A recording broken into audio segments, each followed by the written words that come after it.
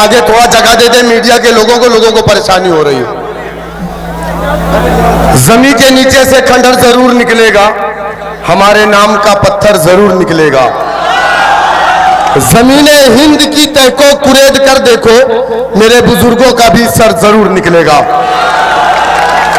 आज के इस जलसे में तशरीफ फरमा ये वंचित व शोषित समाज सम्मेलन, वंचित शोषित समाज यानी जिसका इस्तेमाल किया गया, जिसका इस्तेहसाल किया गया, डिस्पोजल गिलास की तरह अगर इस देश के अंदर किसी कौम को इस्तेमाल किया गया तो वो कौम कलमा ला इलाहा इल्लल्लाह मुहम्मदुर रसूलुल्लाह पढ़ने वाली कौम है। ताली मत बजाइए, ये बहुत खुशी की बात नहीं है। मुल्क की आजादी के बाद से इस मुल्क के अंदर लखनऊ के रफायाम क्लब में 1947 दिसंबर में मौलाना अबुल कलाम आजाद साहब की सदारत में एक कन्वेंशन बुलाया गया।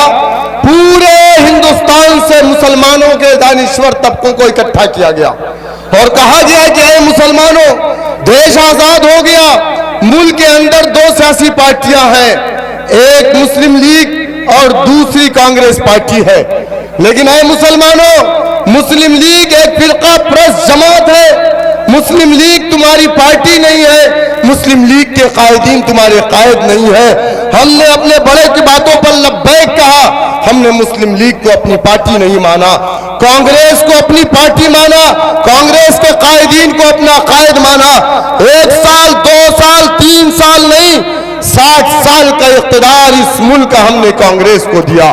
लेकिन क्या यह सच नहीं है कि इस मुल्क के अंदर अगर सबसे ज्यादा किसी कौम को परेशान किया गया, सबसे ज्यादा किसी कौम के नौजवानों को जेल की सलाखों में डाला गया, सबसे ज्यादा किसी कौम के बच्चों को गोलियां मारी गई, इनकाउंटर किया गया, तो वो कलमा ला इलाहा इल्लल्लाह मुहम्मदुर रसूलुल्लाह पढ़ने वाली कौम है। जब जब इस मुल्क के अंदर सामाजिक संगठनों ने आवाज उठाई कि मुसलमान पसमानदा है, मुसलमान पिछड़ा है, तब जाकर के सरकारों ने किसी कमेटा का गठन किया।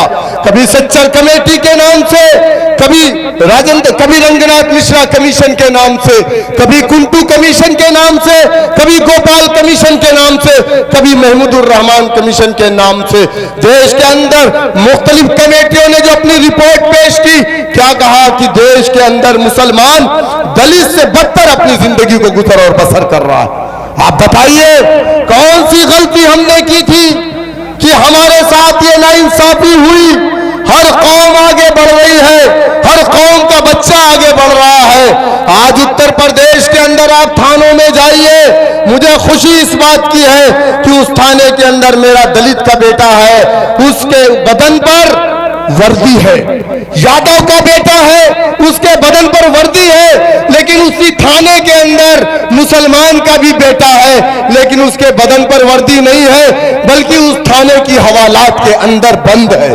आखिर क्या वजह है कि आज मुसलमान इस प्रदेश के अंदर पिछड़ा है? आखिर क्या वजह है? 107 116 की नोटिस खाकी वर्दी वाले मोटरसाइकिल पे लेकर के हमारे घर चले आते हैं, हम परेशान हो जाते हैं, उठा ले जाते हैं, थानों में बंद कर देते हैं, फिर 5000 10,000 पे बात होती है, पैसे लेकर के छोड़ते हैं।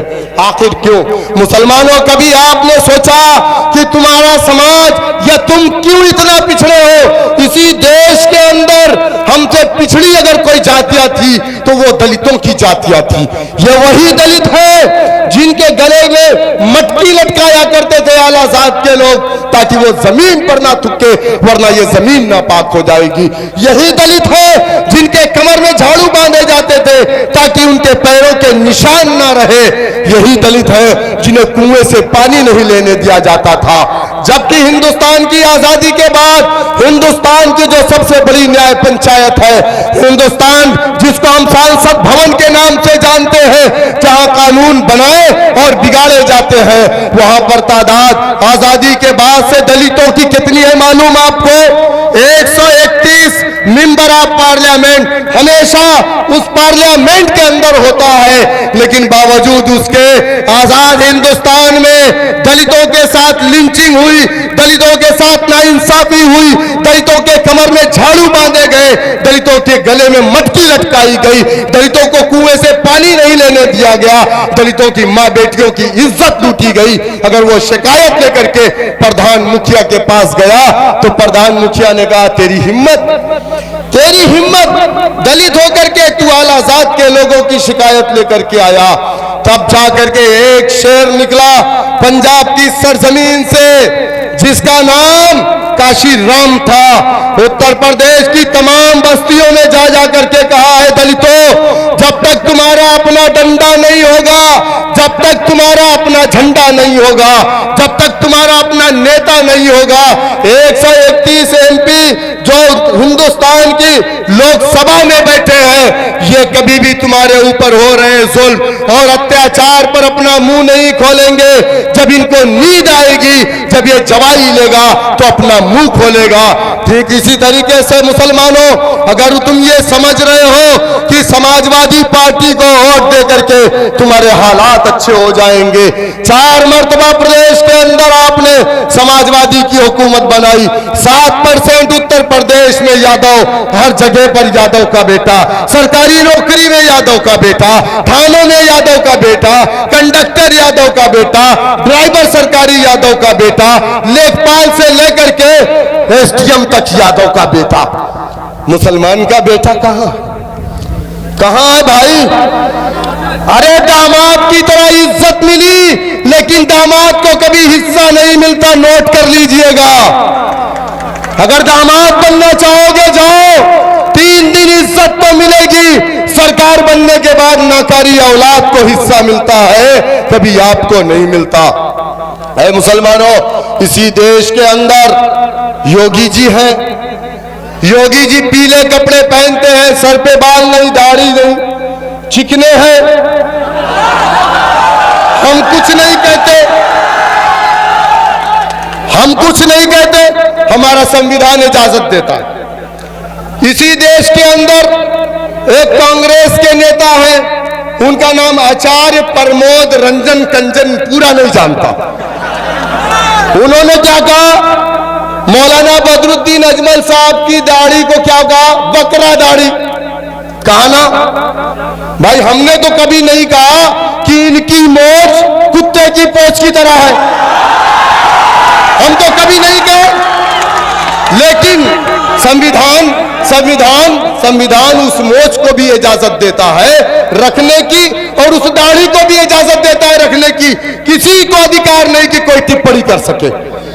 लेकिन आज अगर टिप्पणी किसी कौम पर है, भाई आप देखें ना, 15 से 20 लाख लोग नंगे होकर के नहाए कि नहीं? उत्तराखंड में नहाए कि नहीं?